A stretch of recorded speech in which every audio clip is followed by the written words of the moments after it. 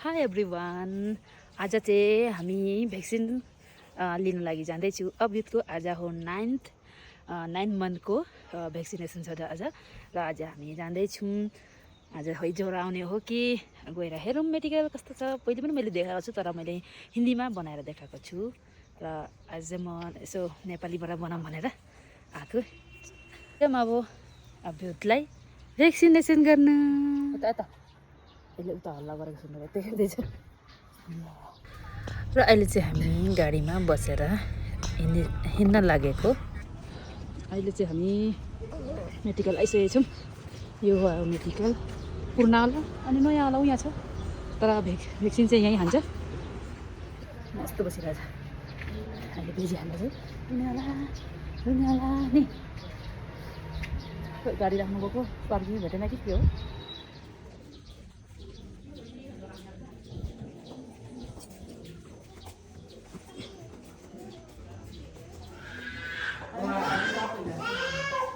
Vaccine दिन चाहिँ अब रेडी भइसकेको छ। यहाँ चाहिँ अभित छ, अब यसको बारे आउनेवाला छ।